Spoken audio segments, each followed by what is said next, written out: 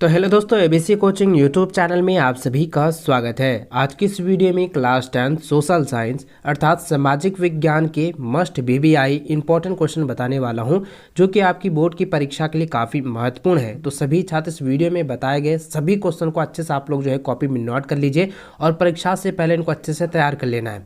दोस्तों, मैं गारंटी के साथ कहता हूँ कि अगर बताए गए सभी क्वेश्चन को सिर्फ आप रिविजन कर लेते हैं, जी हाँ दोस्तों, आप इसको अच्छे से तैयार करके रिविजन कर लेते हैं तो आपको है अच्छा मार्क्स बोर्ड परीक्षा में आएगा। दोस्तों, आपको पता होगा कि इस बार न्यू पैटर्न लागू किया गया है और पैटर्न किस प्रकार है आप लोगों को भली भांति पता है। देखिए दोस्तों, मैंने आप लोगों का ऑब्जेक्टिव का सभी क्वेश्चन मैंने आप लोगों को बता चुका है और अभी बच्चों का लगातार कमेंट आ रहा था कि सर सब्जेक्टिव का भी क्वेश्चन लाइए। तो देखिए दोस्तों, अब सब्जेक्टिव का भी मैं क्वेश्चन लाया हुआ हूँ और दोस्तों अगर आप सभी वीडियो को देख लेते हैं और इसको अच्छे से आप तैयार कर लेते हैं तो मैं गारंटी के साथ कहता हूँ कि आपकी बोर्ड की परीक्षा में 80% अंक आपका होगा। इसको कोई नहीं काट सकता। यानी कि दोस्तों आपका 400 अंक रखा हुआ है, इसे कोई नहीं काटेगा और आपका 400 अंक ये पूरी तरह से 100% आएगा। और दोस्तों बशर्ते आपको क्या करनी है कि जितने भी क्वेश्चन मैं बताने वाला हूँ, जितने भी वीडियो आप लोगों का आने वाला है, तो उन सभी को आपको अच्छे से रिवीजन कर लेना है। सभी क्वेश्चन को आप रिपीट करना है, अच्छे से रिवीजन कर लेना है, अच्छे से तैयार कर लेना है, तभी ऐसा आएगा। ऐसा मत सोचिए कि सिर्फ हम वीडियो बना दिए आप देख लिए और रिवीजन ही नहीं किएगा तो आपका क्या अंक आएगा, अच्छा मार्क्स नहीं आएगा। इसलिए दोस्तों आपको अच्छे से रिवीजन करते जाना है, ठीक है, और सभी क्वेश्चन को आपको अच्छे से तैयार करना है।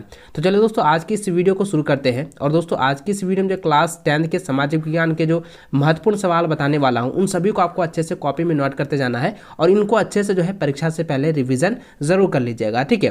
तो देखिए सबसे पहला सवाल आप देखिए इकाई 1 यानी कि इतिहास से दी गई है, जिसमें कि आपका पहला सवाल दिया गया है, पूछा गया है कि होआ हो आंदोलन का संस्थापक कौन था। तो दोस्तों इसका आंसर क्या हो जाएगा, हाओन फूसो। तो ऑप्शन ये आपका जो आंसर है हाओन फूसो, इसको अच्छे से आप लोगों को तैयार कर लेना है, ठीक है, क्योंकि इसी तरह से आपके ऑब्जेक्टिव देंगे। यानी कि ऑब्जेक्टिव तो आपका फिलिंग द ब्लैंक्स वाला देगा ही, यानी कि ऑब्जेक्टिव आपका एक ओमार वाला देगा, ठीक है, आपका एक ओमार वाला देगा। और आपका सब्जेक्टिव सवाल में इस तरीके से एक पंक्ति में, यानी कि एक शब्द या एक पंक्ति में आपको लिखने के लिए इस तरीके से भी आप लोगों को दिया जाएगा। इसलिए आप लोगों को सभी से निवेदन है कि अच्छे से आप लोगों को तैयार रखना है, ठीक है। चलिए अगला क्वेश्चन की ओर बढ़े। तो देखिए प्रश्न संख्या 2 यहाँ पे दिया गया है, कहता है कि अपने शासन वाले क्षेत्रों की शासन व्यवस्था को ज़्यादा कुशल बनाने के लिए नेपोलियन ने क्या बदलाव किए, किन्हीं 3 का उल्लेख कीजिए। और उत्तर आपको 60 से 80 शब्दों में आपको देनी है, ठीक है। चलिए इसका मैं आंसर बताता हूँ। देखिए सबसे पहले आपको क्या लिख देना है कि शासन व्यवस्था को कुशल बनाने के लिए नेपोलियन ने निम्नलिखित 3 बदलाव किए। तो पहला बदलाव क्या था कि जन्म पर आधारित विशेषाधिकार समाप्त कर दिए गए, ठीक है। दूसरा लिख देना है कि कानून के समक्ष बराबरी और संपत्ति के अधिकार को सुरक्षित बनाया गया। और तीसरा देना है कि समानती व्यवस्था को खत्म किया और किसानों को भू दासत्व का जागीरदारी शुल्कों से मुक्त दिलाई। ये 3 पॉइंट में आपको आंसर देने हैं। ये आपका 60 से 80 शब्दों में आपको देने हैं। अगर इसका शब्द से आपको लिखेंगे तो 60 से 80 शब्दों में आपको आंसर देने हैं। इसी तरह से आपको पॉइंट बाय पॉइंट आपको बनाना है, क्योंकि इसमें आपको 3 नंबर मिलने वाला है, ठीक है। चलिए अगला क्वेश्चन की ओर बढ़े। तो देखिए यहाँ पे अथवा में और एक सवाल दिया गया है कि वियतनाम की संस्कृति और जीवन पर चीन के किन्हीं 3 प्रभावों की चर्चा कीजिए, जिसमें कि आपको उत्तर 60 से 80 शब्दों में आपको देने हैं, ठीक है। देखिए इसका आंसर इस प्रकार देना है दोस्तों, ये भी आपको 60 से 80 शब्दों में देने हैं। तो ये भी आपको 3 यहाँ पे कारण पूछा गया, 3 प्रभाव पूछे गए हैं, तो आपको पॉइंट बाय पॉइंट आपको दर्शा देना है। 3 पॉइंट आपको देना है, ठीक है, क्योंकि यहाँ पे 3 ही पॉइंट दिए गए हैं। तो इसका आंसर आपको इस तरह से देना है कि वियतनाम की संस्कृति और जीवन पर चीन के 3 प्रभाव इस प्रकार है। तो पहला देना है कि फ्रांसीसी उपनिवेश बनने से पहले वियतनाम पर शक्तिशाली चीनी साम्राज्य का वर्चस्व लंबे समय तक था। यानी कि चीनी साम्राज्य का जो शासक था वो लंबे समय तक फ्रांसीसी उपनिवेशों पर था, ठीक है। उसके बाद दोस्तों फलस्वरूप वियतनाम पर चीनी संस्कृति का गहरा प्रभाव पड़ा। ये पहला पॉइंट हो गया। दूसरा पॉइंट आपको देना है कि वियतनामों का धार्मिक विश्वास बौद्ध धर्म व स्थानीय धर्मों के अलावा कम्युनिस्टवाद, ठीक है, कम्युनिस्टवाद पर आधारित था। तो ये दूसरा पॉइंट हो गया। और तीसरा पॉइंट देना है कि वियतनामी राष्ट्रवादी नेता फान बोई चाओ वियतनामी स्वतंत्रता संघर्ष में चीनी सहायता पर आश्रित था। तो ये सारे 3 प्रभाव लिख देने हैं, ठीक है। इसमें आपको आंसर मिल जाएगा और आपको अंक भी इसमें पूरा नाम फुल टू फुल दिया जाएगा, एक भी अंक नहीं कटेगा। ठीक है, इस प्रकार से आपको पॉइंट बाय पॉइंट आपको दर्शाना है। अगर आप इसको शब्दों में लिखेंगे तो आपको शब्दों में भी इसको लिख सकते हैं। चलिए अगला क्वेश्चन की ओर बढ़े तो देखिए तीसरा नंबर यहाँ पे क्वेश्चन दिया गया है कि राजनीतिक नेता पृथक निर्वाचिका के सवाल पर क्यों बटे हुए थे, चर्चा कीजिए। और उत्तर जो है 100 से लेकर 125 शब्दों में देना है। ठीक है, तो चलिए इसको भी पॉइंट बाय पॉइंट 4 पॉइंट आपको दर्शा देना है। उसी में आप जो है आपको शब्दों की यहाँ पे श्रृंखला भी आपको याद रखनी है कि 100 से 125 शब्दों में होनी चाहिए। तो देखिए इस सबसे पहले आपको आंसर देने हैं कि राजनीतिक नेता भारत समाज में विभिन्न वर्गों और समुदायों का प्रतिनिधित्व करते थे, पहला हो गया। दूसरा देना है कि डॉक्टर भीमराव अंबेडकर दलित वर्गों या दलितों का नेतृत्व करते थे, जबकि मोहम्मद अली जिन्ना भारत के मुस्लिम समुदाय का प्रतिनिधित्व करते थे। ये दूसरा पॉइंट हो गया। तीसरा पॉइंट आपको देना है कि ये तेनागन विशेष राजनीतिक अधिकारों और प्रथम निर्वाचन क्षेत्र मांग कर अनुयायियों का जीवन स्तर ऊंचा उठाना चाहते थे।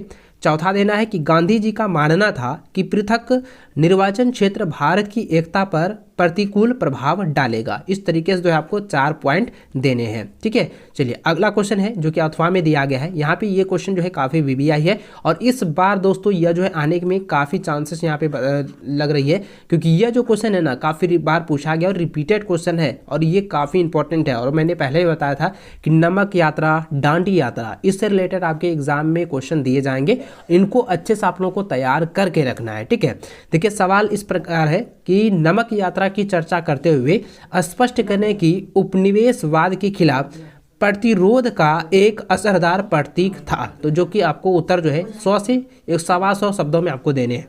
तो इसमें भी 4-5 पॉइंट आपको दर्शाने हैं। तो पहला पॉइंट इस प्रकार देना है दोस्तों कि 31 जनवरी 1930 ईस्वी को गांधी जी ने वायस राय इरविन को एक पत्र लिखा। इस पत्र में जो है उन्होंने 11 मांगों का उल्लेख किया था। दूसरा देना है कि गांधी जी इन मांगों के माध्यम से समाज के सभी वर्गों को अपने साथ जो है जोड़ना चाहते थे ताकि सभी उनके अभियान में शामिल हो सकें। तीसरा पॉइंट देना है कि नमक बनाकर जो है समाप्त करना महत्वपूर्ण मांग थी। यानी दोस्तों जो कि कानून नमक यात्रा के उद्देश्य और दांडी यात्रा का मुख्य उद्देश्य यही था कि अंग्रेज़ों के माध्यम से, अंग्रेज़ों के द्वारा जो शासक हो रही थी, जो शासन काल चल रहा था, उसको जो है तोड़ना था। ठीक है, नमक आंदोलन का ये था कि नमक आंदोलन में मुख्य उद्देश्य जो है गांधी जी का यही था कि जो शासक थे उनको जो है पूरी तरह से छितर बितर करना है, उनको अच्छे से उनकी जो है सामूहिकता को तोड़ देनी है। ठीक है, इसी प्रकार से जो है यहाँ पे लिख देना है तीसरा पॉइंट में नमक बनाकर जो है समाप्त करना महत्वपूर्ण मांग थी। चौथा पॉइंट आपको देना है कि सफलतापूर्वक नमक यात्रा चलाकर वह नमक कानून तोड़कर जो है गांधी जी ने औपनिवेशिक ब्रिटिश सरकार को अपने सत्याग्रह के तरीके से जवाब दिया। तो इस प्रकार से दोस्तों आपको जो है 4 पॉइंट दे देने हैं। ठीक है, चलिए अगला क्वेश्चन देखिए। तो यहाँ लिखा है कि पहले विश्व युद्ध के समय भारत का औद्योगिक उत्पादन क्यों बढ़ा, किन्हीं 3 कारणों का उल्लेख कीजिए। उत्तर जो आपको 60 से 80 शब्दों में आपको देने हैं। तो सबसे पहले आप यहाँ पे प्रश्न को समझिएगा। यहाँ पे प्रश्न इस प्रकार है कि पहले विश्व युद्ध के समय जो है भारत का जो औद्योगिक उत्पादन था वो क्यों बढ़ा था और इनका क्या कारण है उसको आपको बताना है। तो देखिए सबसे पहले आपको आंसर देने हैं कि प्रथम विश्व युद्ध के समय भारत का औद्योगिक उत्पादन बढ़ने की निम्नलिखित 3 कारण इस प्रकार है। पहला पॉइंट देना है कि प्रथम विश्व युद्ध में ब्रिटेन ऐसे उलझ गया कि उसका सारा ध्यान अपने बचाव में लग गया। वह अब भारत में अपने माल का निर्यात ना कर सका, जिसके कारण भारत में उद्योगों को पनपने का सुअवसर प्राप्त हो गया। तो ये पहला पॉइंट जो कि काफ़ी इंपॉर्टेंट है और इससे रिलेटेड आपके ऑब्जेक्टिव में भी सवाल दिए जाते हैं, तो इनको अच्छे से आप लोगों को तैयार कर लेना है। देखिए दूसरा पॉइंट आपको देना है कि इंग्लैंड के सभी कारखाने निर्यात के विभिन्न चीज़ों का ब्याज सैनिक सामग्री के निर्माण में लग गए। इससे भारतीय औद्योगिक को एक विशाल देसी बाजार मिल गया। ठीक है, और तीसरा पॉइंट देना है कि देसी बाजार मिलने के अतिरिक्त भारतीय उद्योगों को भी सरकार द्वारा फौज की वर्दियां, बूट आदि बनाने का काम मिल गया, जिससे भारतीय उद्योग भी प्रगति करते गए। तो इस प्रकार से जो है आपको 3 कारण दे देने हैं। ठीक है, चलिए अगला क्वेश्चन देखें। अगला क्वेश्चन जो है काफ़ी इंपॉर्टेंट है और इसको मैंने पहले ही बताया था और ये प्रीवियस ईयर में, ठीक है, आपके जो है 2022 बोर्ड परीक्षा में यह सवाल दिया गया था और यह जो है आप लोगों को मैंने पहले भी बताया था, इसका आंसर आप लोगों को अच्छे से मैंने समझाया भी था। तो इसको अच्छे से आप लोग समझेंगे। और यहाँ पे देखिए क्या लिखा है। तो प्रश्न संख्या 5 देखें तो लिखा है महामंदी के 3 कारणों का व्याख्या कीजिए। उत्तर जो आपको 60 से 80 शब्दों में आपको देने हैं। तो सबसे पहला आपको देना है कि महामंदी की शुरुआत जो है 1929 ईस्वी में हुई और यह संकट 30 दशक के मध्य तक जो है बना रहा। यहाँ पे लिखा है कि 2 महायुद्धों के बीच का ये समय था। यह जो है 1929 जो था, 2 महायुद्ध जो हुए थे उनके बीच का ये समय है। और इसमें जो है आपका पहला पॉइंट में दर्शाना है कि प्रथम महायुद्ध के पश्चात, यानी कि प्रथम महायुद्ध हुए थे उनके बाद जो है अमेरिका अंतर्राष्ट्रीय कर्जदाता के रूप में उभरा। पूंजी उत्पादन और उपभोग तथा पूंजी के देश से बाहर प्रभाव के कारण इसकी अर्थव्यवस्था में छलांग उत्पन्न हो गया। दूसरा पॉइंट देना है कि जैसे ही उछाल खत्म हुआ, कृषि उत्पादन का दाम नीचे आ गया, किसान भारी घाटे के कर्ज में डूब गए, संयुक्त राज्य अमेरिका की पूरी बैंकिंग व्यवस्था धराशायी हो गई। ये दूसरा पॉइंट हुआ। और तीसरा पॉइंट आपको देना और मुख्य पॉइंट ये है कि अंतर्राष्ट्रीय अर्थव्यवस्था जो बड़े पैमाने पर यूएसए की पूंजी पर निर्भर थी वह भी अस्त व्यस्त हो गई, यानी कि पूरी तरह से वो बर्बाद हो गया, जिससे जो है सारे संसार में आर्थिक महामंदी का दौर शुरू हो गया। इस प्रकार कृषि, अति उत्पाद और विशाल बाजार से यूएस निवेश से हट जाने से महामंदी जो है पूरी तरह से फैल गई। तो दोस्तों इस प्रकार से जो है आपको महामंदी के 3 कारणों का व्याख्या देना है। तो मैंने जो आपको तीनों पॉइंट में आपको आंसर यहाँ पे बताए हैं। आई होप कि इसको अच्छे से आप लोग समझ गए होंगे और इसको इसी तरह से जो है अपनी भाषा में जो है आप बनाकर जो है आप अपने एग्जाम में लिख सकते हैं। ठीक है, चलिए अगला क्वेश्चन की ओर बढ़े। तो देखिए अगला क्वेश्चन जो है यहाँ पे दिया हुआ अथवा में जो दिया है कि लोगों को मनोरंजन के अवसर उपलब्ध कराने के लिए 19वीं सदी में मनोरंजन के कौन कौन से साधन सामने आए, मनोरंजन के किन्हीं 3 साधनों का उल्लेख कीजिए। तो पहला देखिए आंसर इस प्रकार आपको देने हैं कि 19वीं सदी या 19वीं शताब्दी में मनोरंजन के नए नए साधन। पहला लिख देना है कि विश्व के अन्य भागों की तरह इंग्लैंड के लोगों ने भी मनोरंजन के नए नए ढंग निकाले। तो पहला क्या है, तो अमीर जो है लंदन वासी के लिए एक वार्षिक उत्सव होता था जिसे लंदन सीजन कहा जाता था। लोगों के मनोरंजन के लिए आपेरा, रंगमंच और संगीत आदि कई सांस्कृतिक आयोजन किए जाते थे। ठीक है, पहला पॉइंट हो गया। दूसरा पॉइंट देना है कि 19वीं शताब्दी के पुस्तकालयों, कला केंद्रों और संग्रहालयों में भी लोग मनोरंजन के अतिरिक्त रुचि लेने लगे और आनंद उठाने लगे। ये हो गया दूसरा। तीसरा पॉइंट देना है कि लोग छुट्टी के दिन समुद्र के किनारे जाकर जो है धूप और स्वच्छ हवा का भी आनंद उठाने लगे। इस प्रकार से दोस्तों आपको आनंद यहाँ पे जो है आंसर आपको देने हैं, क्योंकि 19वीं शताब्दी में ही इसी प्रकार से जो है मनोरंजन के नए नए जो है साधन आए थे। ठीक है, तो इस प्रकार से आपको जो है आंसर देने हैं। ठीक है, चलिए अगला क्वेश्चन देखिए। 6ठा नंबर यहाँ पे दिया गया है कि 18वीं शताब्दी या 18वीं सदी के यूरोप में कुछ लोगों को क्यों ऐसा लगा था कि मुद्रण संस्कृति से निरंकुशवाद का अंत और ज्ञानोदय होगा, वर्णन कीजिए। और 100 से लेकर 125 शब्दों में आपको आंसर देने हैं। तो दोस्तों यह जो क्वेश्चन है काफ़ी VVI है। इन सभी क्वेश्चन का आपको अच्छे से रिवीजन कर लेना है, अच्छे से आप लोगों को तैयार कर लेना है। तो देखिए इस आंसर इस प्रकार देंगे, उत्तर इस प्रकार लिखेंगे कि मार्टिन लूथर ने कहा कि मुद्रण ईश्वर की दी हुई महानात्मक देन है, सबसे बड़ा तोहफा है। तो पहला पॉइंट आपको इस प्रकार आप देने हैं कि छापे खाने के कारण जो है किताबें बड़ी मात्रा में छपने लगी और बच्चों, महिलाओं और साधारण व्यक्ति तक पहुंचने लगी। इस प्रकार ज्ञान का प्रकाश बढ़ने लगा। ठीक है, पहला हो गया ये पॉइंट। दूसरा देना है कि छापे खाने के कारण बड़े बड़े विद्वानों और दार्शनिकों के विचार बड़ी तेजी से लोगों तक पहुंचने लगे और लोग प्रत्येक बात को कसौटी पर कसने लगे। इससे पुराने अंधविश्वास और मान्यताओं कैसे टिक सकती थी, निरंकुशवाद अब कब तक टिक सकता था। ये दूसरा पॉइंट हो गया। और तीसरा पॉइंट आपको देना है कि मुद्रण ने लोगों के दिलो दिमाग को हिलाकर रख दिया। पुस्तकों ने लोगों के मन में विवेक और बुद्धि का ऐसा संचार किया कि लोग क्या चर्च क्या राजसत्ता सबका सामना करने के लिए तैयार हो गए। ठीक है, उसके बाद लुई बेस्तिन मर्सिस ने लिखा कि छापाखाना प्रगति का सबसे शक्तिशाली औजार है, इससे बन रही जनमत का आंधी में निरंकुशवाद बह जाएगा। तो ये आपका तीसरा पॉइंट था। ठीक है, और चौथा पॉइंट में आपको देना है कि छापे खाने के विचारों के व्यापक प्रचार प्रसार और बहस मुहावसिए के द्वारा लिखे इनके वाद विवाद संवाद की नई संस्कृति को जन्म दिया। तो दोस्तों इस प्रकार से जो है इसका आंसर आपको देने हैं कि किस प्रकार से जो है ज्ञान नवोदन का जो है उदय हुआ, किस प्रकार से जो है प्रकाशित हुआ और प्रसारित हो गया। ठीक है, इस प्रकार से आपको आंसर लिख देने हैं। चलिए अगला क्वेश्चन जो कि काफ़ी वीवीआई है और इम्पोर्टेंट क्वेश्चन जो कि अथवा में दिया हुआ है, और इनको दोस्तों आप लोगों को अच्छे से जो है तैयार कर लेना, अच्छे से इनको जो है पढ़ लेना है, इसको अच्छे से तैयारी कर लेनी है। ठीक है, देखिए प्रश्न इस प्रकार दिया गया है जो कि आपका वीवीआई सवाल है और ये काफ़ी बार एग्जाम में पूछा गया है। लिखा है कि 19वीं सदी के भारत में गरीब जनता पर मुद्रण संस्कृति का क्या असर हुआ, वर्णन कीजिए। तो पहला आपको इस प्रकार से आंसर देने समझेंगे। सबसे पहले क्या आपको लिखना है, पहले आपको लिख देना है कि 19वीं सदी में भारत में गरीब जनता पर मुद्रण संस्कृति का निम्नलिखित असर हुआ।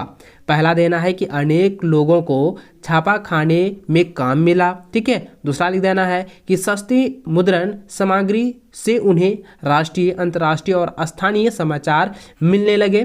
तीसरा देना है कि भाषाई प्रेस ने गरीब लोगों के मन में राष्ट्रवादी भावनाओं को रोपण किया। चौथा देना है कि मुद्रण संस्कृति द्वारा गरीबों में ज़्यादा शराब खोरी और शिक्षा आदि सामाजिक बुराइयों के प्रति जागरूकता अभियान छेड़ा गया। समाज में धार्मिक कुरीतियों जैसे सती प्रथा, बाल विवाह, मूर्ति पूजा, जाति प्रथा और ब्राह्मणों के प्रभुत्व का घोर विरोध मुद्रण शक्ति द्वारा किया गया। इस प्रकार मुद्रण संस्कृति ने गरीब जनता का कल्याण को जो है संभव बना दिया। तो दोस्तों इस प्रकार से आपने देखा कि 19वीं सदी में जो है भारत में गरीब जनता का मुद्रण संस्कृति का जो है क्या असर हुआ, उसके बारे में मैंने पूरा वर्णन करके आपको यहाँ पे बताया है। ठीक है, चलिए अगला क्वेश्चन देखिए। तो यहाँ पे 7वां नंबर क्वेश्चन दिया गया है कि दिए गए संसार के मानचित्र पर निम्न स्थानों को चिन्हित कीजिए। तो देखिए सबसे पहला दिया है लंदन और दूसरा दिया है इंडो चाइना। तो ध्यान दीजिएगा यहाँ पे आप देख सकते हैं कि यह जो है पूरा जो है एशिया का मैप दिया हुआ है और इसमें आपको लंदन बताना है। तो लंदन जो है इस जगह है। ठीक है, आप यहाँ पे दर्शा सकते हैं कि यहाँ पे एक लंदन है और यहाँ पे देखिए ये भारत के जस्ट इधर, ठीक है, भारत के जस्ट बगल में जो है कि यहाँ पे इंडो चाइना है। तो यहाँ पे आप देख सकते हैं कि यहाँ पे एक समुद्र है इसके और में। ठीक है, इसके बाद जो है आपका यहाँ पे इंडो चाइना। तो यहाँ पे आप इस प्रकार से जो है दर्शा सकते हैं। ठीक है, चलिए अगला सवाल की ओर बढ़े। तो अगला सवाल जो आपका भूगोल से दिया गया है, इसको आप लोगों को अच्छे से ध्यान देना है। देखिए भूगोल में क्या है कि यहाँ पे देखिए सबसे पहला इसका सवाल दिया गया है कि जैव और अजैव संसाधन का एक एक उदाहरण दीजिए, उत्तर एक या दो वाक्यों में दीजिए। तो सबसे पहले आपको जैव संसाधन के बारे में बताना है। देखिए जैव संसाधन क्या होता है और अजैव संसाधन क्या होता है, इसके बारे में मैंने पहले भी आपको परिभाषा बताया हुआ है। तो जैव संसाधन आपको इसका उदाहरण सिर्फ दिए गए हैं, तो उदाहरण आपको बताने हैं। तो जैव संसाधन में हो जाएगा मनुष्य, वनस्पति जात, प्राणी जात, पशुधन में से कोई एक, ये जितने भी हैं सारा ये क्या है एक एक उदाहरण था। मैंने यहाँ पे 4 उदाहरण बताए हैं, इसमें से कोई एक जो है आप लोगों को आंसर दे रहे हैं। ठीक है, चलिए उसके बाद अजैव संसाधन में देने हैं कि चट्टानें, धातुएं, खनिज इत्यादि में से कोई एक जो है आपका यहाँ पे बता देना है। ठीक है, ये हो गया आंसर।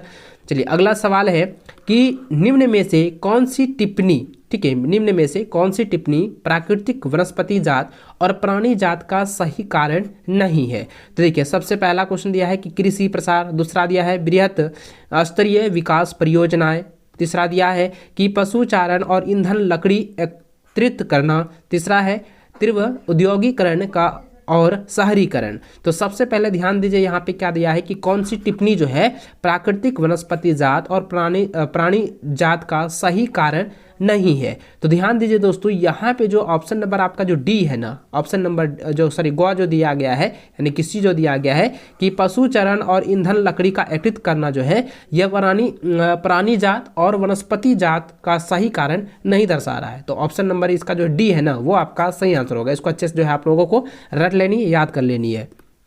अगला सवाल देखिए, 10वां नंबर दिया है कि मोनाजाइट है। मोनाजाइट रेत में कौन सा खनिज पाया जाता है? तो दोस्तों इसका आंसर आएगा थोरियम खनिज पाया जाता है। ठीक है, कौन सा खनिज पाया जाता है? थोरियम खनिज। इसको अच्छे से याद रखेंगे, थोरियम खनिज। ठीक है, चलिए अगला सवाल है 11 नंबर। यहाँ पे दिया गया है कि उद्योग पर्यावरण को कैसे प्रदूषित करते हैं, किन्हीं 3 का उल्लेख करें। यानी कि आपको कारण बताने हैं कि उद्योग जो है किस प्रकार से जो है पर्यावरण को प्रदूषित कर रहा है, प्रदूषित करता है।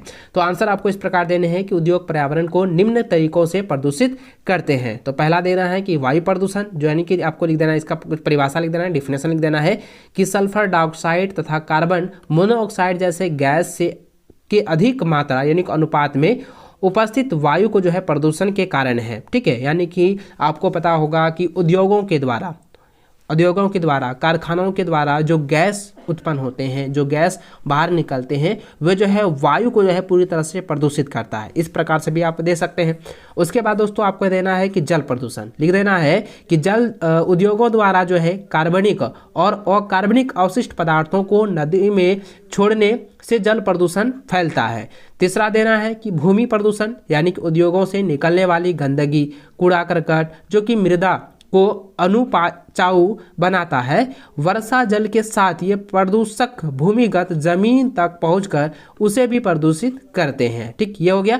और चौथा लिख देना है ध्वनि प्रदूषण। आपको यहाँ पे देना है कि अनचाही ध्वनि जो औद्योगिक तथा निर्माण कार्य, जनरेटर, लकड़ी चीरने के कारखाने, विद्युत ड्रिल, मोटर गाड़ियाँ एवं वाहन अधिक शोर उत्पन्न करते हैं, जो कि ध्वनि प्रदूषण करते हैं। यानी इस प्रकार से दोस्तों उद्योग जो है पूरे पर्यावरण को जो है प्रदूषित कर रहे हैं और करते आ रहे हैं। तो इन सभी को जो है आपको अच्छे से रिवीजन कर लेना है, रिपीट कर लेना है। ठीक है, चलिए अगला क्वेश्चन देखिए। अथवा में दिया गया है कि भारतीय कृषि पर वैश्वीकरण के प्रभाव पर टिप्पणी लिखें। तो वैश्वीकरण के प्रभाव को पर जो है आपको टिप्पणी देनी है, आपको कुछ बताने हैं, आंसर आपको लिख देना है। तो इसका जो आंसर जो है आपको दोस्तों यहाँ पे दे सकते हैं कि ये जो है दिया गया है कि शब्द सीमा है इसकी 60 से 80 शब्दों में ही आपको देना है। यानी इसको जो है आपको पॉइंट बाय पॉइंट आप दर्शा सकते हैं। तो चलिए मैं आपको पॉइंट बाय पॉइंट ही आपको बताऊंगा। तो देखिए सबसे पहले आप समझेंगे, यहाँ पे लिखेंगे कि भारतीय कृषि पर वैश्वीकरण के प्रभाव। पहला देना है कि वैश्वीकरण के कारण भारतीय किसान अपने यहाँ अधिक होने वाले पदार्थों को विश्व बाजार में बेचकर अच्छे दाम प्राप्त कर सकेंगे। दूसरा देना है कि कृषि वैज्ञानिकों के सहयोग से देश में नई नई चीज़ों की पैदावार होने लगेगी जो पहले संभव नहीं थी। तीसरा देना है कि प्रमुख कृषि उत्पादों को निर्यात की स्वतंत्रता दी गई। ढांचागत सुधार, प्रौद्योगिकी परिवर्तन, बाजार सुविधा, क्रेडिट कार्ड का विस्तार आदि के कारण आधुनिक निवेशों में वृद्धि हुई है। चौथा देना है कि जब भिन्न फसलों की मांग विश्व भर में बढ़ेगी तो मांग बढ़ने से चीज़ों का उत्पादन भी अधिक होगा। इस प्रकार से दोस्तों आप 4 पॉइंट में दर्शा सकते हैं कि भारत की कृषि का वैश्वीकरण का प्रभाव इस प्रकार है। ठीक है, चलिए अगला क्वेश्चन की ओर चलें। तो देखिए यहाँ पे अगला क्वेश्चन जो दिया गया है कि भारत में सौर ऊर्जा का भविष्य उज्जवल है, क्यों? तो देखिए दोस्तों यह जो है ना काफ़ी VVI है, इंपॉर्टेंट क्वेश्चन है। इनको आप लोगों को अच्छे से जो है तैयार कर लेनी है और ये बार बार पूछा गया है। जब हम एग्जाम दिए थे यह क्वेश्चन हमारे एग्जाम में भी दिया गया था, इसलिए दोस्तों इसको आप लोग अच्छे से तैयार कर लेनी है। और ये रिपीटेड क्वेश्चन भी है, ये रिपीट क्वेश्चन है और ये जो है ना बार बार पूछा जाता है और ये इस बार भी आने के पूरे चांस है। तो देखिए इसका आंसर आपको इस प्रकार देना है कि भारत में सौर ऊर्जा का भविष्य उज्जवल है, क्योंकि पहला यहाँ पे आंसर इस प्रकार देने हैं कि भारत एक उष्णकटिबंधीय देश है। यहाँ सौर ऊर्जा दोहन की असीम संभावनाएं हैं। ऐसी उम्मीद की जाती है कि सौर ऊर्जा के प्रयोग से ग्रामीण घरों में उपकरणों तथा लकड़ी का निर्भरता का न्यूनतम किया जा सकता है। यह पर्यावरण के संरक्षण में योगदान देगा और कृषि में भी खाद्य की पर्याप्त आपूर्ति होगी। तो इस प्रकार से आपको यहाँ पे देना है। उसके बाद इसको जो है कुछ पॉइंट बाय पॉइंट आपको दर्शा देने हैं। तो इसमें पहला पॉइंट आपको देना है कि सूर्य की प्रकाश जो है प्रकृति का एक मुक्त उपहार है, इसलिए निम्न वर्ग के लोग आसानी से जो है सौर ऊर्जा का लाभ उठा सकते हैं। यानी कि दोस्तों आप निर्धनता रेखा से भी निर्धनता रेखा में आ रहे हैं, पूरी एकदम निर्धनता रेखा से भी न्यूनतम रेखा में आ रहे हैं, तो फिर भी आप जो है सौर ऊर्जा का लाभ जो है आप उठा सकते हैं। ठीक है, दूसरा पॉइंट आपको देने हैं दोस्तों। दूसरा पॉइंट देना है कि सौर ऊर्जा के प्रयोग से हम बहुत सी विदेशी मुद्राओं को बचा सकते हैं जो तेल गैस के आयात के कारण हमें दूसरे देशों को देनी पड़ती है। ये हो गया आपका जो है आर्थिक आर्थिक स्थिति जो है उसमें भी आपका सुधार हो सकता है। तीसरा पॉइंट होगा कि कोयला, पेट्रोलियम, प्राकृतिक गैसों के स्रोत का हम एक ही बार प्रयोग कर सकते हैं, परंतु सौर ऊर्जा का प्रयोग जो है बारंबार जो है किया जा सकता है क्योंकि यह एक जो है नवीकरण स्रोत है। जैसे कि दोस्तों कोयला खत्म हो जाएगा, पेट्रोल खत्म हो जाएगा, प्राकृतिक गैस खत्म हो जाएगा, तो क्या आप उससे पर जो है निर्भर हो पाएंगे? नहीं हो पाएंगे, क्योंकि आपका तो वो जितने भी उसके सीमित मात्रा वो पूरी तरह से खत्म हो गया। लेकिन दोस्तों सूर्य की रोशनी जो है ये बार बार आप उपयोग कर सकते हैं, क्योंकि यह क्या है, नवीकरण स्रोत है, नवीकरणीय योग्य संसाधन है, तो इसको जो हम बार बार उपयोग में ला सकते हैं। लेकिन कोयला, पेट्रोलियम, प्राकृतिक गैस को हम बार बार उपयोग में नहीं ला सकते हैं। ठीक है, चौथा पॉइंट आपको देने हैं कि सौर ऊर्जा का प्रयोग खाना बनाने, पंप द्वारा जल निकाले, पानी गर्म करने, दूध को कीटाणु रहित बनाने तथा सड़कों पर रोशनी आदि करने में भी कर सकते हैं। तो इस प्रकार से दोस्तों भारत में जो है सौर ऊर्जा का भविष्य जो है उज्जवल है। तो इस प्रकार से आपको आंसर लिख देना है। ठीक है, आई होप कि दोस्तों ये जो क्वेश्चन है काफ़ी इंपॉर्टेंट है और इसका जो आंसर मैंने बताया काफ़ी इजी आप लोगों को लगा होगा, आपको आसानी होगी इसको याद करने में। ठीक है, चलिए अगला सवाल देखिए, प्रश्न संख्या 13 यहाँ पे दिया गया है कि राजस्थान के अर्धशुष्क क्षेत्रों में वर्षा जल संग्रह किस प्रकार से किया जाता है, व्याख्या कीजिए। प्रश्न जो है आपका इसका जो उत्तर होगा 100 से 125 शब्दों में आपको देने हैं। तो आंसर आपको यानी कि उत्तर इस प्रकार देने हैं कि राजस्थान का एक बड़ा भाग मरुस्थल है जहां पानी का अभाव सदा बना रहता है। तो आगे लिख देना है कि राजस्थान के अर्धशुष्क और शुष्क क्षेत्रों में घर में पीने का पानी संग्रहित करने के लिए भूमिगत टैंक होते हैं। वे घरों की ढलवा छतों से पाइप द्वारा जुड़े होते हैं। छत से जो है वर्षा का पानी इन नलों से होकर भूमिगत टैंक तक पहुंचता है, जहां इसे जो है एकत्रित किया जाता है। वर्षा का पहला जल छत और नलों को साफ करने में प्रयुक्त होता है और इसे संग्रहित नहीं किया जाता है। इसके बाद होने वाले वर्षा के जल का संग्रह किया जाता है। आगे लिख देना है कि पानी की कमी को पूरा करने के लिए अनेक बावलियों का निर्माण राजस्थान की अनेक नगरों एवं कस्बों में देखा जाता है। कुछ बावलियाँ अनेक मंजिलों वाली भी होती है। तो इस प्रकार से दोस्तों आपको आंसर लिख देने हैं, उत्तर देने हैं। ठीक है, अगला सवाल आपका अथवा में इसका दिया हुआ है कि जल किस प्रकार जो है पुनर्वीकरण योग्य संसाधन है। तो अथवा में जो क्वेश्चन दिया गया है ये काफ़ी इंपॉर्टेंट है, इसको अच्छे से आप लोगों को समझना है। देखिए इसका उत्तर इस प्रकार देने हैं कि जल का नवीकरण और पुनर्भरण जलीय चक्र द्वारा होता रहता है। संपूर्ण जल नवीकरण योग्य है और जल चक्र में गतिशील रहता है, इसलिए नवीकरणीय सुनिश्चित होता है। सूर्य की गर्मी के कारण जल का वाष्पीकरण होता है। जल वाष्प हवा में संघनित होकर बादलों में बदल जाता है और यह संघनित जलवाष्प वर्षा अथवा बर्फ के माध्यम से धरती पर गिरता है। धरती से जल दोबारा सागरों में पहुंचता है, फिर जल का वाष्पीकरण होता है। इस प्रकार से जो है जल चक्र सदैव गतिशील रहता है। तो ठीक है, इस प्रकार से हम कह सकते हैं कि दोस्तों कि आपका जो जल जो है यह एक पुनर्वीकरण योग्य संसाधन है। ठीक है, इस प्रकार से आपको आंसर देने हैं, उत्तर आपको लिख देने हैं। ठीक है, चलिए अगला सवाल 14 नंबर दिया गया है कि भारत के रेखा मानचित्र पर निम्नांकित को दर्शाएं। तो पहला दिया है कि चावल वितरण का प्रमुख क्षेत्र और दूसरा दिया है लौह अयस्क क्षेत्र। दोस्तों आपको पता होगा कि यहाँ पे ध्यान दीजिएगा, यहाँ पे आपको जो है इसी प्रकार से जिस प्रकार से आप यहाँ देख रहे हैं इसी प्रकार से जो है भारत का मानचित्र जो है आप लोगों को यहाँ पे दर्शाया जाएगा और आपको यहाँ पे पूछा जाएगा कि इन क्षेत्रों को जो है आप नामांकित कीजिए। तो आप यहाँ पे देखिए जितने भी इस तरीके से आपका यहाँ पे ब्लर करके दिया हुआ है ये सभी जो है चावल वितरण प्रमुख क्षेत्र है। ठीक है, जो कि ऑप्शन 1 में है। और लौह अयस्क अयस्क क्षेत्र, जो ये ब्लैक ब्लैक जो दिया गया है, ये सभी जो है लौ अयस्क क्षेत्र है। इसको अच्छे से आप लोग अंकित कर दीजिएगा जिस प्रकार से यहाँ पे दिया हुआ है। ठीक है, चलिए अगला सवाल की ओर बढ़े। अगला सवाल यहाँ पे देखिए लिखा है कि भारत के प्रदत्त रेखा मानचित्र का परीक्षण कीजिए तथा ख ख ग एवं घ द्वारा सूचित स्थानों को पहचानिए एवं नामांकित कीजिए। तो यहाँ पे क ख ग घ जो दिया गया है इसको आप लोगों को यहाँ पे पहचानना है। ठीक है, तो सबसे पहले यहाँ पे क नंबर जो दिया है कि आणविक ऊर्जा, तो आणविक ऊर्जा क्या है, नरोरा है। ठीक है, दूसरा क्या है यहाँ पे, यह जो है अभ्रक है, तो अभ्रक क्षेत्र कौन सा है, अजमेर है। ठीक है, याद रखेंगे। उसके बाद गौ जो है, गौ क्या है, बांध है, तो बांध जो है कहाँ पे है, हरिकुंड में। ठीक है, ये गौ का हो गया आंसर। और घ क्या है कि यहाँ पे देखिए सॉफ्टवेयर टेक्नोलॉजी पार्क, जो कि हैदराबाद में है। ठीक है, इसको अच्छे से आप लोग जो है याद रखेंगे। इन चारों को जो है आप लोगों को याद कर रखना है और इसको जो है अच्छे से आप लोगों को तैयार कर लेनी है। ठीक है, चलिए अगला सवाल देखिए यहाँ पे इकाई 3 जो कि नागरिक शास्त्र, जो कि 18 अंक का रहने वाला है। इसमें दिया गया है पहला प्रश्न, रिक्त स्थानों की पूर्ति कीजिए। तो पहला सवाल यह है कि भारत के ग्रामीण और शहरी निकायों के निर्वाचित महिलाओं की संख्या से ज़्यादा है, तो इसका आंसर क्या हो जाएगा, यानी कि हो जाएगा 15.10 लाख। यानी इसका जो उत्तर होगा ना 10 लाख से अधिक होगा, या 15 दशमलव नहीं होगा, यहाँ पे सिर्फ 10 लाख होगा। ठीक है, तो ये हो जाएगा 10 लाख से क्या है, अधिक है, तो यहाँ पे हो जाएगा 10 लाख। ठीक है, इसको अच्छे से याद रखेंगे।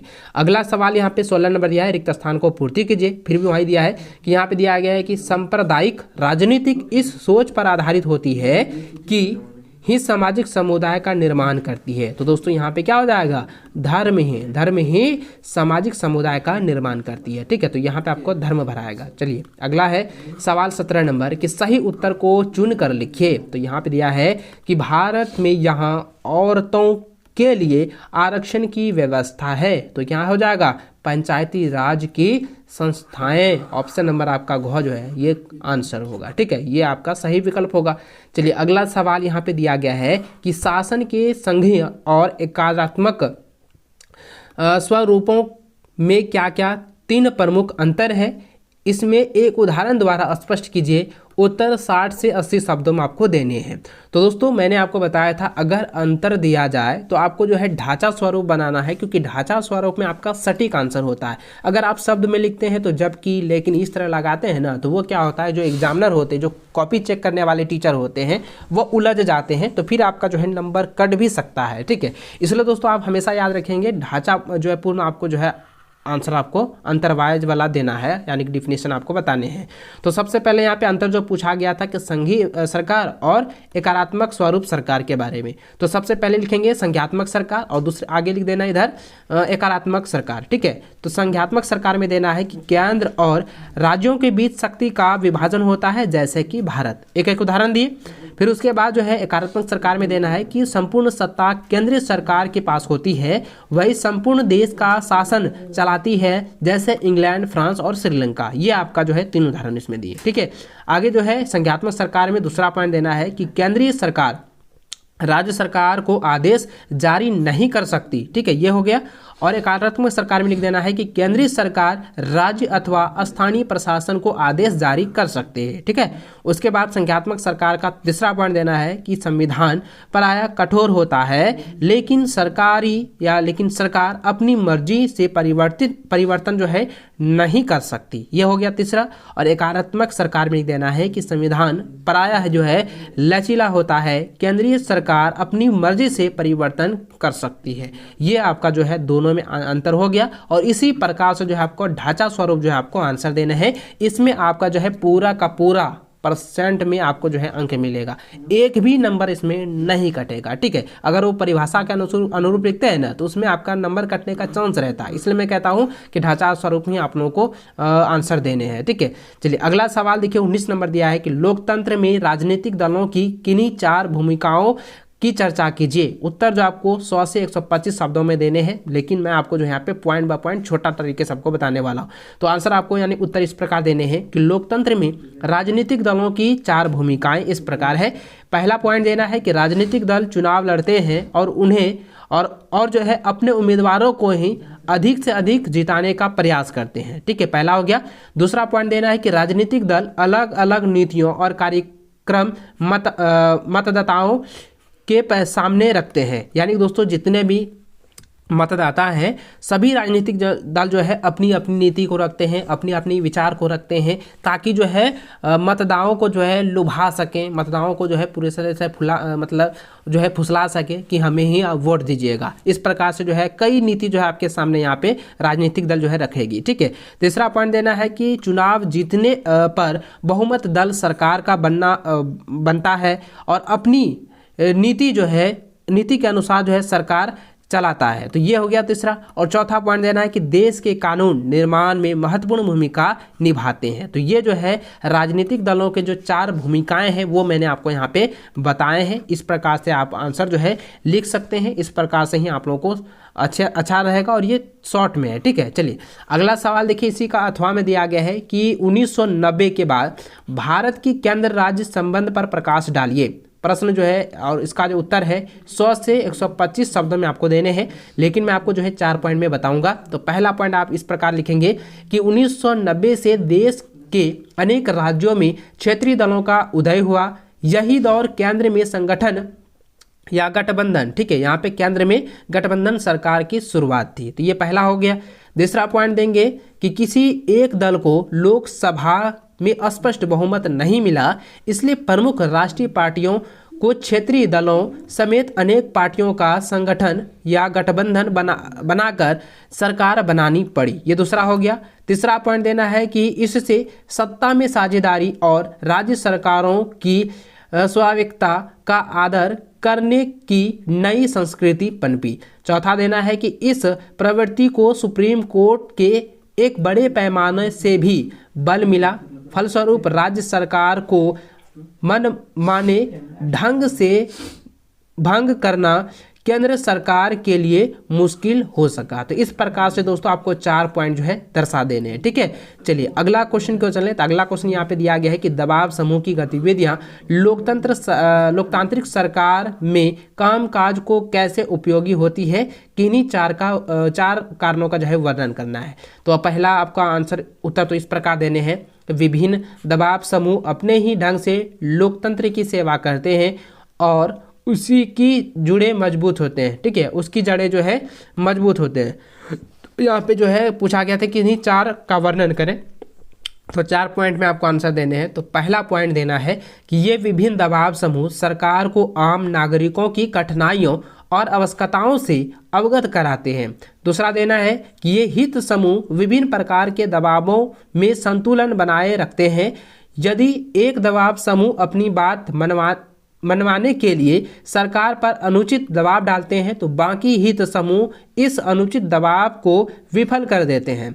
तीसरा पॉइंट देना है कि विभिन्न प्रकार के दबाव समूह के विरोध और प्रतिविरोधी से सरकार को एक पता चल जाता है कि जनता क्या चाहती है। ठीक है, यानी कि यहाँ पे जो है पूरी तरह से जो है जनता पर निर्भर है कि जनता क्या चाहती है, उसका जो है पूरा जो है ब्यौरा जो है सरकार को पहुँचती है और सरकार बताती है। ठीक है, चलिए आगे यहाँ पे आपको पॉइंट देना है कि जब कभी सरकार कुछ धनी व्यक्तियों अथवा सशक्त व्यक्तियों के दबाव में आ जाती है तो दबाव समूह सरकार को इस अनुचित दबाव से मुक्त कराती है। इस प्रकार दबाव समूह सरकार के कामकाज में उपयोगी सिद्ध होते हैं। तो इस प्रकार से दोस्तों 4 यहाँ पे पूछा गया था, मैंने 4 जो है कारण आपको यहाँ पे स्पष्ट रूप से बता दिया। इसी प्रकार से जो है आपको उत्तर देने हैं। इसी का दोस्तों अगला जो यहाँ पे अथवा में जो है एक सवाल दिया गया है, इसको अच्छे से आप लोग यहाँ पे समझेंगे। लिखा है कि आधुनिक लोकतांत्रिक व्यवस्थाओं में सत्ता की साझेदारी के 4 अलग अलग तरीके क्या क्या हैं, इनमें से प्रत्येक का एक उदाहरण दीजिए। जो कि उत्तर जो है 100 से 125 शब्दों में आपको देने हैं। ठीक है, देखिए यहाँ पे जो है सबसे पहले आंसर यहाँ पे समझेंगे कि सत्ता की साझेदारी के तरीके भिन्न भिन्न है। सत्ता का विभाजन जो है यानी सत्ता के विभाजन का यानी बंटवारा का प्रथम रूप हमें सरकार के 3 अंगों जैसे कि विधायिका, कार्यपालिका और न्यायपालिका के विभाजन से मिलता है। जैसे कि भारत सत्ता के ऐसे बंटवारे को क्षैतिज वितरण कहते हैं, यानी कि भारत में जो ऐसा 3 प्रकार से जो बंटवारा किया गया है, विधायिका, कार्यपालिका और न्यायपालिका 3 भागों में जो बांटा गया है, इस बंटवारे को जो है क्षैतिज वितरण भी भारत में कहा जाता है। ठीक है, इसको अच्छे से याद रखेंगे। चलिए इसका जो है दूसरा आपको देना है कि सत्ता के विभाजन का द्वितीय रूप हमें सरकार के बीच भिन्न भिन्न स्तरों से मिलता है। संपूर्ण देश में केंद्रीय सरकार होती है तथा प्रांतीय या क्षेत्रीय सरकार का स्तर अलग अलग होता है। भारत के संविधान में केंद्रीय सरकार के अधिकार क्षेत्रों को संघ सूची तथा राज्य सरकार के कार्यों को राज्य सूची के वर्णित किया जाता है। तीसरा पॉइंट देना है कि सत्ता का विभाजन सामाजिक समूहों जैसे भाषा समूहों तथा धार्मिक समूहों में भी कर दिया जाता है, जैसे कि बेल्जियम की सामुदायिक सरकार इसका उदाहरण है। ठीक है, और यहाँ पे चौथा पॉइंट आपको इस प्रकार देने हैं कि यहाँ पे 4 को दिया गया था, तो यहाँ 4 पॉइंट में आपको देना है। तो यहाँ पे चौथा पॉइंट आपको लिख देना है कि सत्ता का बंटवारा राजनीतिक दल एवं दबाव समूह में भी कर दिया जाता है। सत्ता का बंटवारा विभिन्न पार्टियों में भी कर दिया जाता है, जैसे कि डेनमार्क में भी अनेक राजनीतिक दल हैं तो सत्ता का बंटवारा कर सरकार चलाते हैं। तो ये आपका जो है 4 पॉइंट में आपको आंसर इस प्रकार से देने हैं कि सत्ता की साझेदारी जो है, ठीक है, सत्ता की साझेदारी जो है लोकतांत्रिक व्यवस्था में जो है किस तरीके से जो है अपना जो है प्रभाव डाल रही है, किस प्रकार से आपको यहाँ पे बताने सारे चीज मैंने आपको यहाँ पे बता दी है। ठीक है, चलिए अगला सवाल जो कि यहाँ पे अथवा में दिया गया है, प्रश्न इस प्रकार है कि लोकतंत्र किस प्रकार नागरिकों की गरिमा और आज़ादी सुरक्षित रखता है, चर्चा कीजिए। ये इंपॉर्टेंट क्वेश्चन है, इसको आप लोगों को अच्छे से तैयार रखना है। देखिए आंसर आपको इस प्रकार देने हैं कि प्रत्येक व्यक्ति अपने साथ के लोगों से सम्मान पाना चाहता है। दूसरा पॉइंट देना है कि लोकतांत्रिक व्यवस्था में नागरिकों को भाषण देने और अपने विचार व्यक्त करने की पूर्ण स्वतंत्रता होती है। तीसरा पॉइंट देना है कि लोकतांत्रिक व्यवस्था में सभी राजनीतिक दलों को चुनावों से पहले और चुनावों के बाद स्वतंत्र रूप से कार्य करने की आज्ञा होती है। चौथा पॉइंट देना है कि लोकतांत्रिक व्यवस्था में भी सभी वर्गों और धर्मों का सम्मान किया जाता है। तो दोस्तों इस प्रकार से जो है आपको जो है 4 पॉइंट देने हैं कि नागरिकों को जो है गरिमा और आज़ादी की सुरक्षित होती है इस लोकतंत्र में। ठीक है, तो इस प्रकार से जो है आपको 4 पॉइंट आपको दर्शाने हैं। चलिए अगला क्वेश्चन की ओर बढ़े तो देखिए अगला क्वेश्चन जो है आपका जो है अर्थशास्त्र दिया गया है। तो यहाँ पे सवाल इस प्रकार है, पहला सवाल दिया है कि प्रति व्यक्ति जो है आय से आप क्या समझते हैं। देखिए ये जो सवाल है ना काफ़ी इंपॉर्टेंट है और ये ऑब्जेक्टिव में भी आप लोगों को यहाँ पे दिया जाएगा। यहाँ पे देखिए वर्षक यहाँ पे एक पंक्ति में दी गई है, पंक्ति में आपको उत्तर देना है, लेकिन ये ऑब्जेक्टिव में भी आप लोगों का दिया जाएगा। ठीक है, देखिए यहाँ पे सवाल इस प्रकार है कि प्रति व्यक्ति आय से आप क्या समझते हैं। तो उत्तर इस प्रकार देना है कि देश के कुल आय में कुल जनसंख्या से भाग देने पर जो भागफल आता है उसे प्रति व्यक्ति आय कहते हैं। ठीक है, समझ गए। चलिए अगला सवाल यहाँ पे दिया गया है कि 3 ऐसे कारकों की चर्चा करें जिनसे जो है उपभोक्ताओं का शोषण होता है। तो देखिए आंसर इस प्रकार आपको देने हैं कि ऐसे 3 कारक जिनमें जो है उपभोक्ताओं का शोषण होता है वो इस प्रकार है। पहला लिख देना है कि विक्रेता वस्तुओं की जो है माप तौल में कमी करते हैं। दूसरा देना है कि नकली अथवा निम्न स्तर की वस्तुओं का विक्रय करते हैं। तीसरा पॉइंट देना है कि उपभोक्ता पदार्थों की जमाखोरी कर उपभोक्ताओं से अपेक्षाकृत बहुत अधिक मूल्य वसूल करते हैं। तो इस प्रकार दोस्तों 3 कारक मैंने आपको बताए कि जिससे जो है उपभोक्ताओं का शोषण हो रहा है, होता आ रहा है। तो इस प्रकार से आपको जो है 3 पॉइंट आपको दर्शा देने हैं। चलिए अगला सवाल यहाँ पे दिया गया है कि व्याख्या कीजिए कि किसी देश के आर्थिक विकास में सार्वजनिक क्षेत्र कैसे योगदान करता है। उत्तर जो आपको 100 से 125 शब्दों में देने हैं। तो उत्तर आपको इस प्रकार देने हैं कि सार्वजनिक क्षेत्र में अधिकांश परिसंपत्तियों पर सरकार का स्वामित्व होता है और सरकार भी सभी सेवाएं उपलब्ध कराती है। निजी क्षेत्र में परिसंपत्तियों पर स्वामित्व और सेवाओं के वितरण की जिम्मेदारी एकल व्यक्ति या कंपनी के हाथों में होता है। रेलवे अथवा डाकघर सार्वजनिक क्षेत्र के उदाहरण है, जबकि Tata iron and steel company यानी कि ईस्ट इंडिया कंपनी यानी कि टिस्को अथवा जो है रिलायंस इंडस्ट्रीज लिमिटेड यानी कि जिस तरह से आप कह सकते हैं रिलायंस कंपनी जैसी कंपनियां जो है निजी स्वामित्व में है। ठीक है, और आगे जो है आपको पैराग्राफ चेंज करते हुए लिख देना है कि निजी क्षेत्र की गतिविधियों का ध्येय लाभ अर्जित करना होता है। इसकी सेवाओं को प्राप्त करने के लिए हमें इन एकल स्वामियों और कंपनियों को भुगतान करना पड़ता है। सार्वजनिक क्षेत्र का ध्येय केवल लाभ कमाना नहीं होता, सरकार सेवाओं पर किए गए व्यय की भरपाई करो या अन्य तरीकों से कराती है या करती है। आजकल सरकार सभी तरह की गतिविधियों पर व्यय करती है और करती आ रही है। इस प्रकार से जो आपको आंसर लिख देने हैं, उत्तर लिख देने हैं। ठीक है, चलिए अगला सवाल जो 25 नंबर यहाँ पे देख पा रहे हैं, यहाँ पे सवाल दिया गया है कि अतिरिक्त मुद्रा वाले लोगों और ज़रूरतमंद लोगों के बीच बैंक किस प्रकार मध्यस्थता करते हैं। तो दोस्तों यह जो क्वेश्चन है काफ़ी इंपॉर्टेंट है और यह जो क्वेश्चन है प्रीवियस ईयर में जो है अथवा में ये सवाल दिया गया था, तो इसको आप लोग अच्छे से जो है तैयार कर लीजिएगा। ठीक है, तो आंसर इस प्रकार आया, यानी कि उत्तर इस प्रकार आपको देने हैं कि साधारणतः दो श्रेणियों के लोग बैंक जाते हैं, एक वे जिनके पास अतिरिक्त धन होता है और दूसरे वे जिन्हें धन की आवश्यकता होती है। दो प्रकार के जो है लोग जो है बैंक जाते हैं, जिनके पास बहुत सारा पैसा है और जिनके पास जो है पैसा नहीं है, उनको पैसा की ज़रूरत जो कि ऋण लेते हैं। तो उन दोनों के बीच किस प्रकार जो है बैंक जो है मध्यस्थता करते हैं, किस प्रकार जो है मदद करती है, तो ये जो है मध्यस्थता प्रदान करती है, इसके बारे में आपको यहाँ पे पूछा गया है। तो आंसर आपको इस प्रकार देने, सबसे पहले आपको यहाँ पे लिख देना है कि साधारण दो श्रेणी के लोग जो है बैंक जाते हैं और एक वे जिनके पास अतिरिक्त धन होता है और दूसरे वे जिन्हें धन की आवश्यकता होती है। और यहाँ पे पॉइंट में देना है कि बैंक इन दोनों प्रकार के लोगों को मध्यस्थता प्रदान करता है।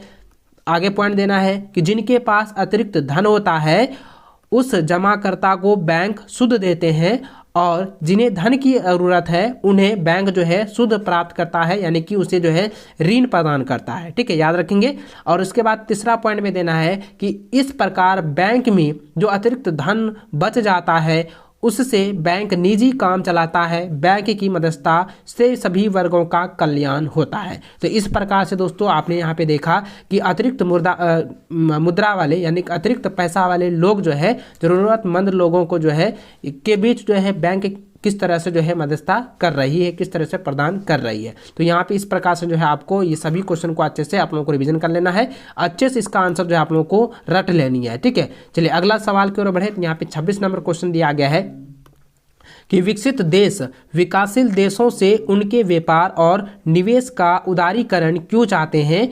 क्या आप मानते हैं कि विकासशील देशों को भी बदले में ऐसी मांग करनी चाहिए। उत्तर जो आपको 100 से 125 शब्दों में देने हैं। तो आंसर आपको यानी कि उत्तर इस प्रकार देने हैं कि निम्नलिखित कारणों से विकसित देश विकासशील देशों से उनके व्यापार और निवेश का उदारीकरण चाहते हैं। तो पहला पॉइंट देना है कि विकासशील देशों से मध्य श्रेणी जनसंख्या एवं मांग तथा पूर्ति से बड़े अंतर होने का कारण अधिक विकास की योग्यता होती है।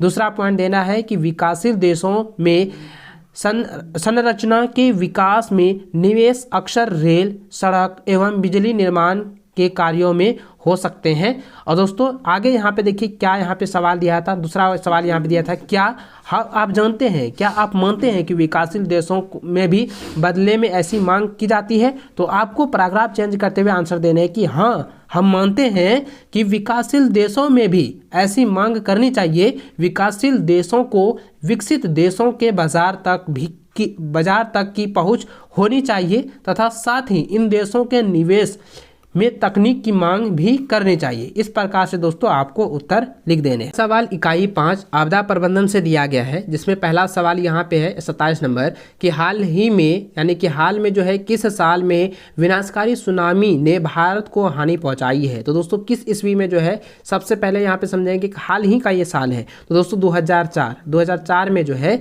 ये हाल में जो है सुनामी जो आई थी उनमें जो है भारत को जो है काफ़ी ज़्यादा हानि पहुँचाई है। ठीक है, इसका आंसर क्या हो जाएगा 2004 ईस्वी, याद रखेंगे। ठीक है, या आप जो है इसको शब्दों में लिख सकते हैं कि 2004 ईस्वी में विनाशकारी सुनामी ने जो है भारत को हानि पहुंचाई है। तो इस प्रकार से आप जो है आप जो है पंक्ति के अनुसार जो आप आंसर दे सकते हैं। ठीक है, चलिए अगला सवाल देखिए 28 नंबर दिया गया है कि सुनामी की उत्पत्ति के सबसे प्रभावी कारक लिखिए। उत्तर जो है 30 शब्दों में देना है। तो सबसे पहले सुनामी के जो उत्पत्ति के जो प्रभावी कारक है वो इस प्रकार दोस्तों कि भूकंप हो गया, ज्वालामुखी उद्गार हो गया, ठीक है, भूस्खलन हो गया या आकस्मिक टकराव आदि के कारण जो है सुनामी आ सकते हैं, सुनामी उत्पन्न हो सकते हैं। तो इस प्रकार से आपको आंसर देने हैं।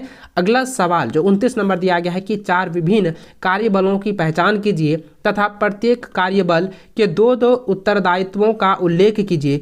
उत्तर जो है 60 से 80 शब्दों में आपको देने हैं। तो सबसे पहले देना है कि पूर्व चेतावनी बल, तो यहाँ लिख देना है कि आपदा की चेतावनी देना, ताज़ा सूचना प्रसारित करना। ठीक है, ये हो गया पहला। दूसरा पॉइंट देना है कि प्राथमिक चिकित्सा दल, तो देना है कि आपदा से पहले ही प्राथमिक चिकित्सा का सारा सामान इकट्ठा करना, लोगों को प्राथमिक उपचार करने का प्रशिक्षण देना। ठीक है, ये दूसरा हो गया।